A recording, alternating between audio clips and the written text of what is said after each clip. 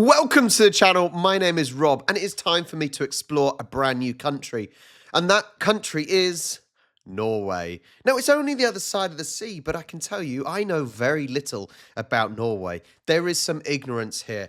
I know the fjords, Vikings, it's cold. Quite often it's nighttime all the time. Let's see what else I can learn on the start of a new journey. So join me, like, subscribe. Let's go. A quick shout out to Geography Now, fantastic channel. And if you want to learn about countries, this is the place to go. So check them out as well. Hey everyone, so I'm excited for this one. We recently did a geography in Oslo, Norway, and I had the honor to meet many of you guys, the Norwegian geography peeps, in your own country. It was amazing. Norway is a country everyone has kind of heard about, something about snow, ice, Vikings, skiing, I think trolls. But Norway is also a land of highly compounded history, tradition, postmodernism, and above all, landscape and people. And black metal! Yes, Keith is really excited for this episode. It's time to learn geography now! Hey everyone, I'm your host Barbs. We've done Denmark, Finland, Iceland, and now the fourth Nordic sister, Norway. Now, what I do plan on doing is kind of extending this, not just Norway, but Sweden, Finland, Denmark as well, to really encapsulate that area. They're completely different countries, I get that, but there's those crossovers that I think in my head. Tell me if that's a good idea in the comments. Now, in the Nordic countries, Norway would kind of be like the one that everyone either tries to call their best friend or date. She smiles at the ground, pulls her hair behind her ear, and looks up with those sky blue doe eyes that sparkle and says, "Welcome to Norway!" Jesus, calm down.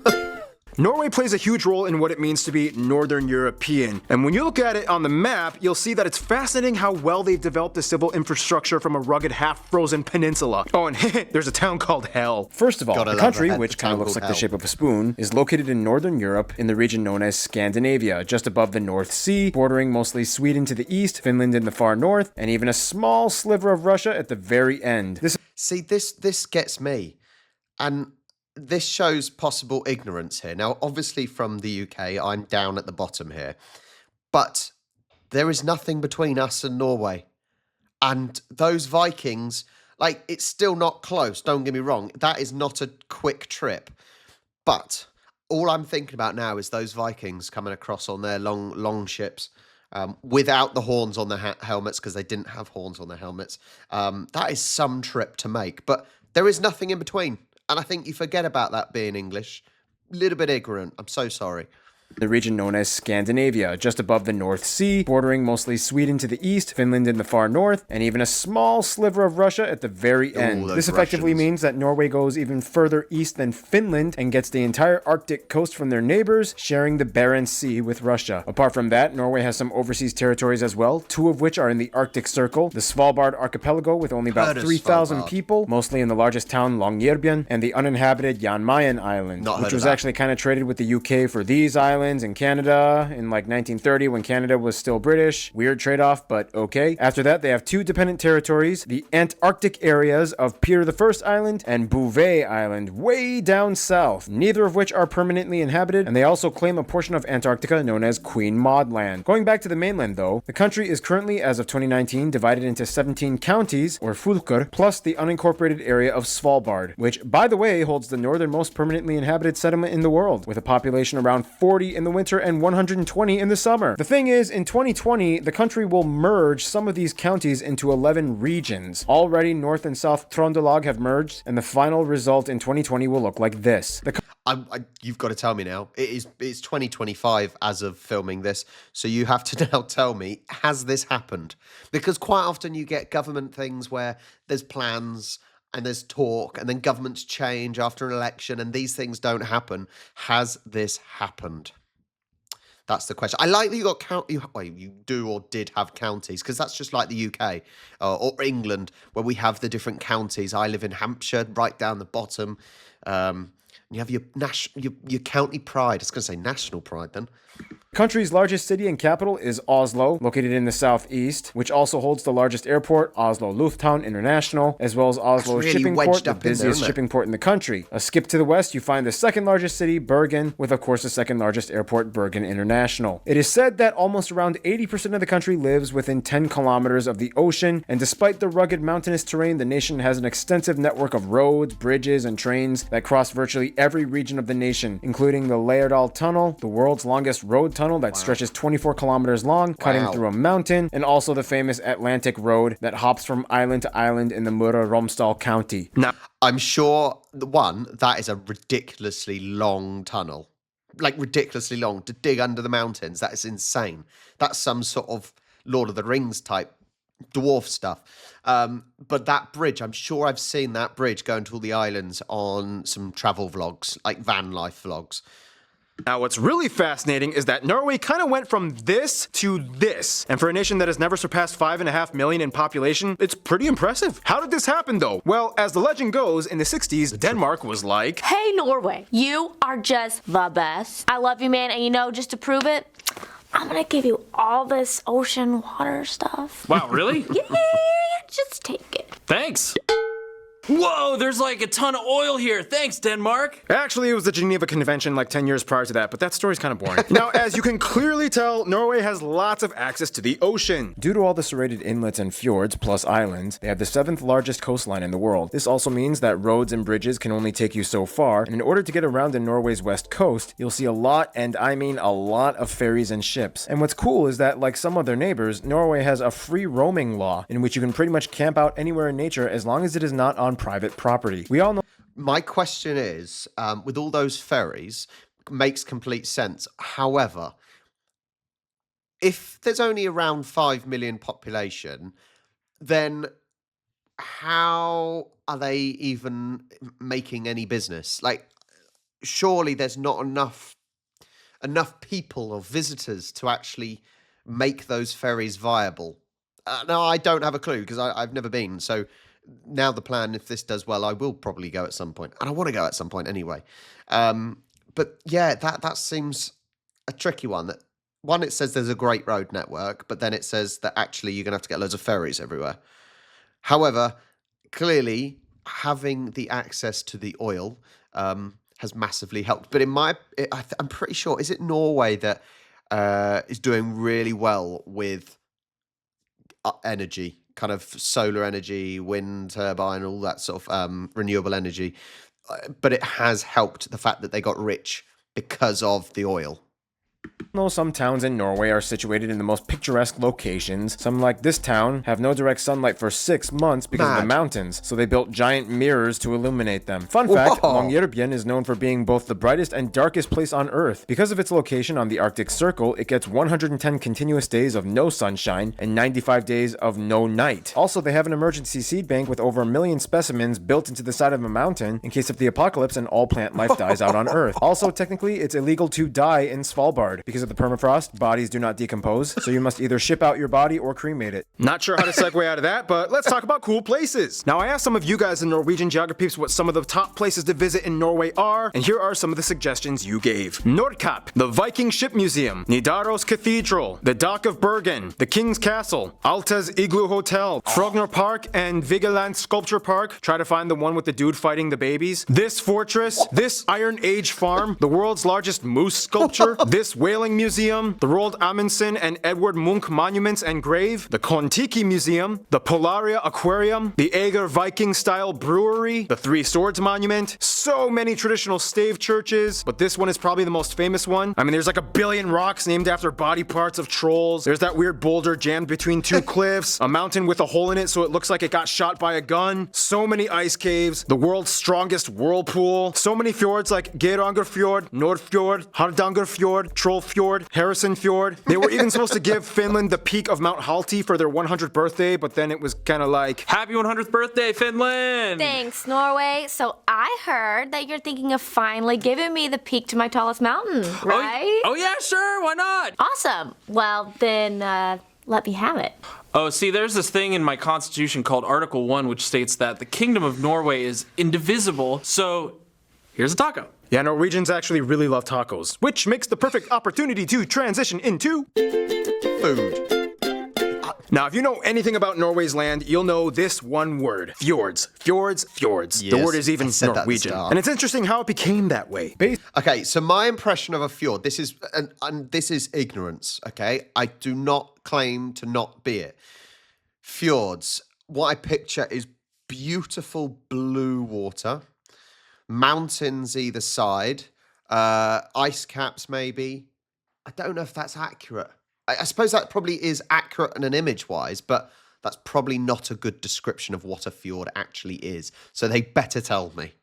Basically, like many other areas in the north, the country is a post-glacial peninsula with over 50,000 islands that at one point was completely covered in ice. Over time, the ice melted, eroding the rock beneath, creating the incredibly indented coastline of steep, jagged cliffs and fjords. Of the coast, the largest and deepest fjord is Sognefjord, and it is the third largest in the world, extending over 200 kilometers inland. This means that much of the country is divided into regions of choppy fjord stuff to the west, and the connected hilly and valley stuff to the south and southeast. Everything pretty much falls either within the alpine boreal climate or further up north, Arctic. Keep in mind that due to Svalbard and Jan Mayen, the Norwegian economic zone extends to the majority of the Norwegian Sea and much of the Barents, as well as the North Sea to the south. This is called the NCS, or Norwegian Continental Shelf. Here, the largest deposit of underwater oil is found that supplies Norway with much of its wealth. A skip to the east, you find the largest lake, Lake Mjøsa, which is just parallel to the longest river in the country, the Glomma, which drains all the way into the North Sea in the south and has a drainage basin that covers about 13% of the country's land.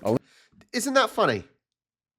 If you go south of Norway, you get to the North Sea. South of Norway, you get to the North Sea. You get that, right? That's puzzling. But yes, we know because Scotland benefits from, I suppose the United Kingdom benefits from the oil in the North Sea.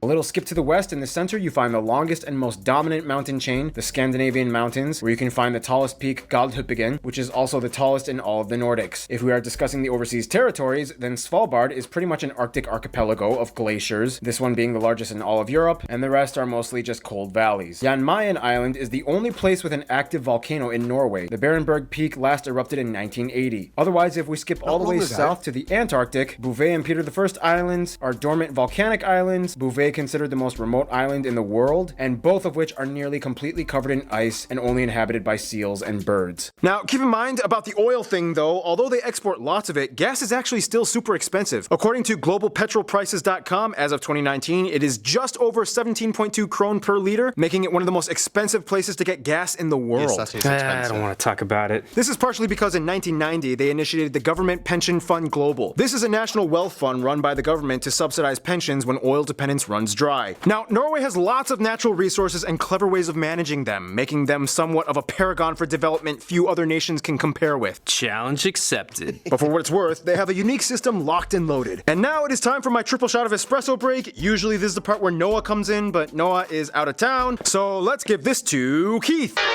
Hello, Keith. Now, everyone knows that Norway is quite a prosperous nation. But just how prosperous is it? Let's just put it this way. They export more than they import, and not just petroleum products. Fish alone makes up about 10% of their exports, and they are the highest exporter of salmon out of any other country in the world. I just love Voss water. It's expensive and it's Norwegian, so you know it probably came from like a mystical glacier or something. Yeah, no, that's basically just our tap water. I wash my dishes with that stuff every day. But it's expensive and Norwegian. And you fell for it. Ha! Y'all just got tricked. That is insane that Norway exports more than it imports. And that is a surefire way of making money to grow as a country. If you are giving more away than you're buying, you're going to be in a surplus, you would assume, as long as it's the things you're buying is less expensive than the things you're selling. That is incredible. Really incredible. Otherwise, the majority of the energy in Norway comes from hydroelectric power. Norway became one of the first countries to adopt a carbon tax back in 1991. Although cutting down trees is still done on a smaller scale, they were the first country to ban deforestation. They have Europe's largest herd of reindeer, they have lots of birds like puffins, whales, and orcas love swimming off the coast. In the Arctic, you can find polar bears and walruses. And now, I'd love food. to see some Norwegian proper food is whales known and for things. being either really nice, warm, and cozy, or straight up disgusting. disgusting. They love their fish. You have some interesting fish dishes like lutefisk and rockfisk. Some other dishes include things like various types of porridge, pickled herring, kumla, reindeer made in various ways, Okay, I'll try meatballs reindeer. and brown sauce, Like kruumkake, brown cheese, these Christmas dishes, and the national dish fårikål. However, if you ask a Norwegian, they might tell you the new national dish of Norway is tacos. They might have some questionable ingredients on the table for you to add, like mayonnaise or cucumbers. And I mean, come on, Mexico, even you break your own rules all the time and mix things up in your own country. So let the Norwegians have their fun. And speaking of Norwegians, have fun. Oh, and speaking of Norwegians having fun. Oh, and speaking of Norwegians having fun. Okay, food-wise, yeah, you think of, it makes sense. There's a lot of sea around Norway, so that makes sense. I'm not a huge fan of fish. I do like shellfish, like prawns and mussels and things. But meat, reindeer, yeah, that makes sense. Yeah, you think of the darker meats, not necessarily chicken, you think of the darker meats. So that makes sense as well. Be interesting maybe to come over and try some. And I do go to the places that I look at. Thank you, Keith.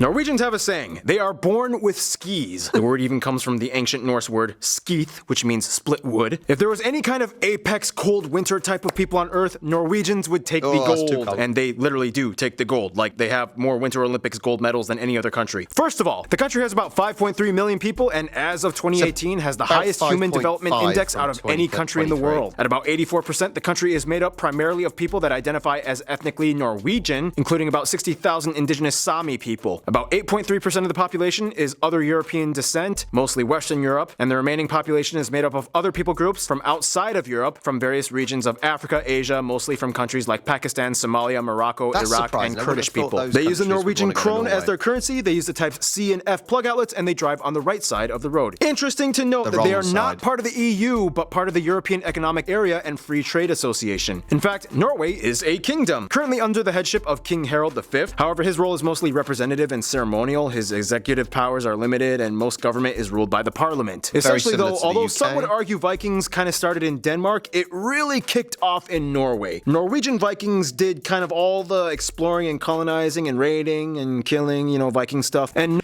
See, this is the thing.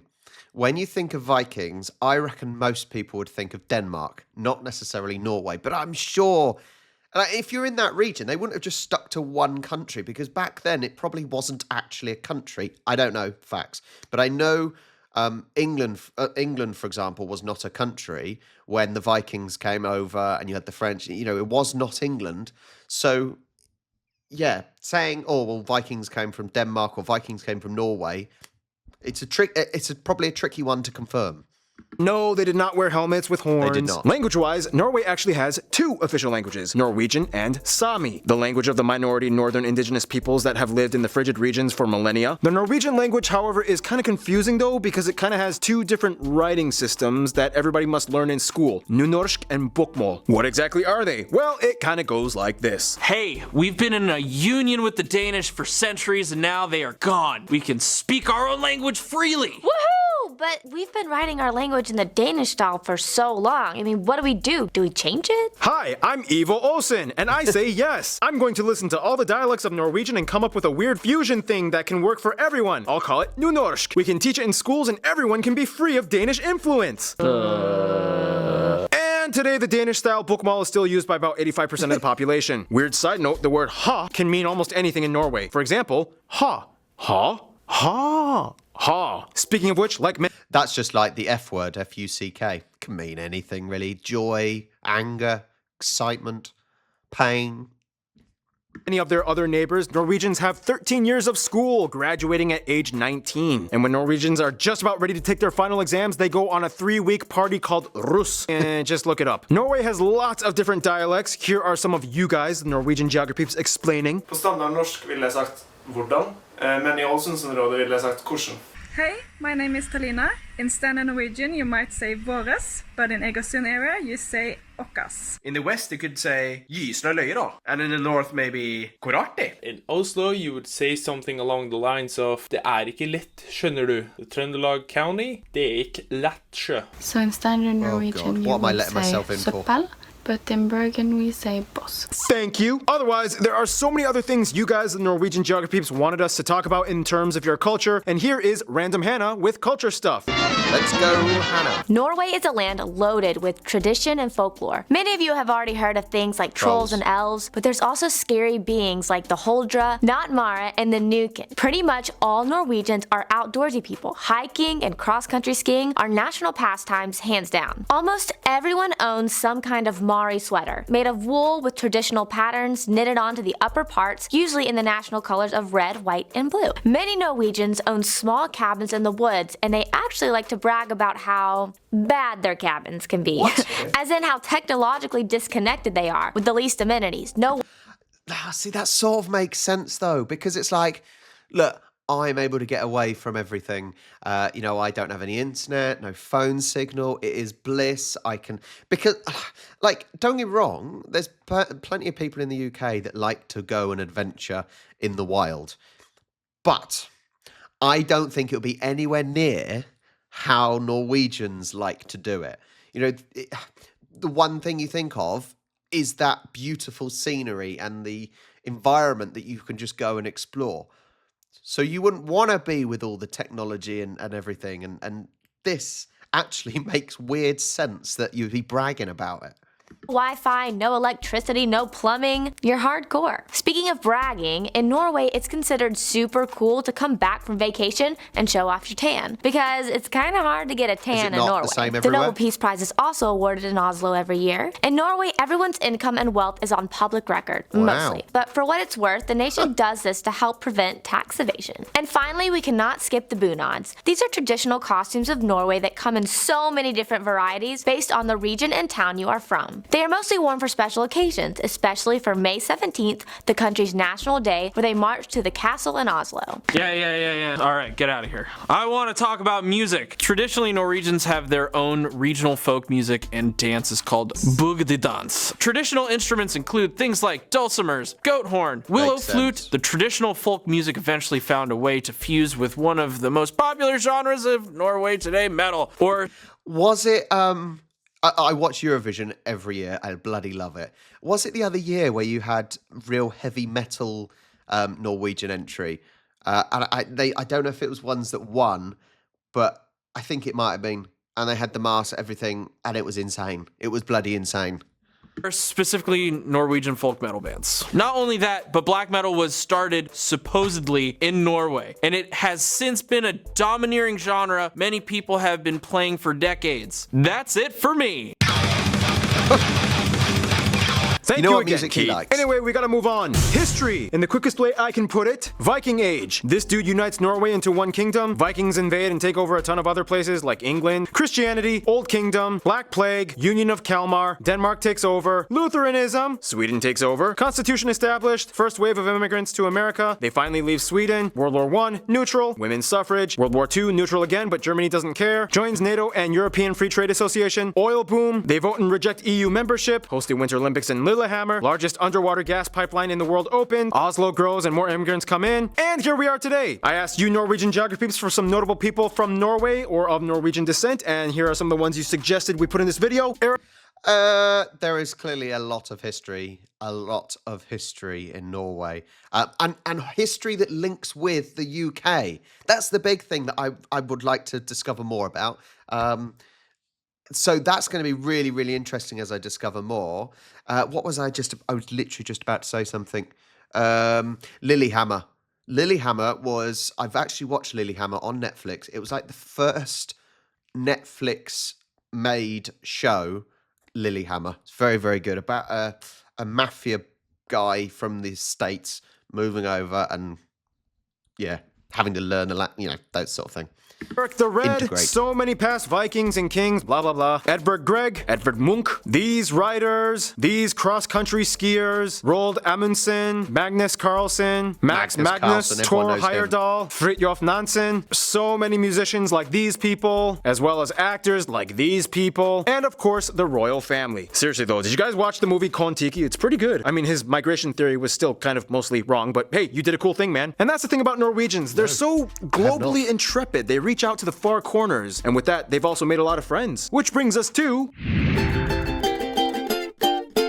Now, Norwegians are known for being very level-headed and nice, but they do know who they support and stand by no matter what. First of all, Switzerland is kind of like their weird alternate parallel universe twin that shares a lot in common with them. They both are not part of the EU. They both are very financially stable, yet expensive to live in. They both have mountains and snow, and they both have similar values in general affairs. They get along pretty well and enjoy sharing the ski stories. The UK is a very close friend, especially Scotland, due to their shared Viking history. They even give them a Christmas tree every year to say thanks for helping in World War II when their king and government were taken in from exile as the Germans tried to invade. Nepal has close ties. As another mountain nation, they've taken much interest and send much aid to their programs. High-profile politicians have visited in the past, like their Minister of Environmental Development, Erik Solheim, and the Prime Minister of Nepal visited Norway as well. For the USA, they have a very close connection, not only in diplomacy, government, and business, but specifically to the diaspora living in the USA. And I have a feeling, just like the UK and a lot of Europe, now that tie may be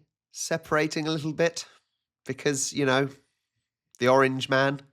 Specifically the state of Minnesota. Nearly 1 million Norwegian Americans live in this one state alone. The USA holds more people of Norwegian heritage than any other country outside of Norway, with almost as many as there are in Norway. They even have a game show called Alt for Norge, in which Norwegian Americans see the homeland of their ancestors. They cry and act way too dramatic, which is entertaining. The winner gets to meet their Norwegian relatives, and the losers get a book telling them information, but they don't get to meet their relatives, which is kind of messed up, but it's a game show, what do you expect? Anyway, when it comes to their best friends, pretty much what I've heard is a mix between all the Nordics, but specifically Iceland, Denmark, and Sweden. Iceland is like their party friend they love to go on adventures with. They are also kind of like the preserved Norse nation that their ancestors colonized, which holds a dear spot in their hearts. Today they have a defense agreement that allows the Norwegian Air Force to survey and patrol the Icelandic airspace as well. Denmark and Norway, however, are always kind of fighting for Norway's affection. Both these nations in the past have fought each other and ruled over Norway under separate kingdoms. All three countries were at one point part of the Kalmar Union. They can relatively understand each other when they talk. Swedish is closer to Norwegian though. They are all part of NATO, the Council of Europe, and many people from each of these nations end up marrying and having families together. In conclusion,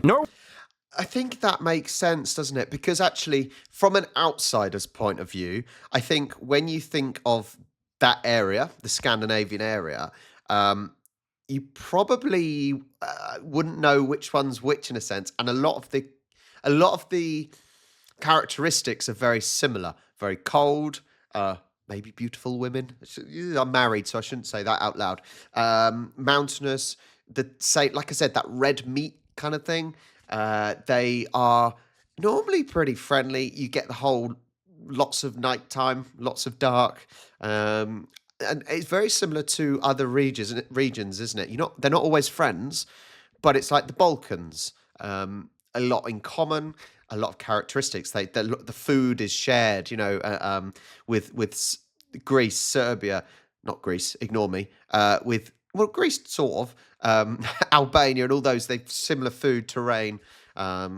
It's very there's a lot of crossover. I'm trying to say whether they're not always friends, but there's a lot of crossover with characteristics of those countries. Norway's prosperity doesn't stop with their will for gritty, cold adventure. They've scaled the South Pole, the icebergs, the glaciers, and the tundras. It's almost as if the ice keeps them warm. Stay tuned, Oman! Well, fascinating. I am going to have to learn more. It's always a place that has interested me because it's sort of close, but not close. It's strange. Culture is probably so different to what we have over here. But there's so many crossovers at the same time. We had all the Vikings coming over before England was officially England. So I expect there's going to be a lot of things that I discover that are so familiar, but so different at the same time. If there's any videos that I should watch to learn, any comedies, please do let me know down in the comments below. If you enjoyed the video, I'm so excited to start learning. Make sure you hit that like button and subscribe. You guys will be amazing if you do that. And I will catch you next time.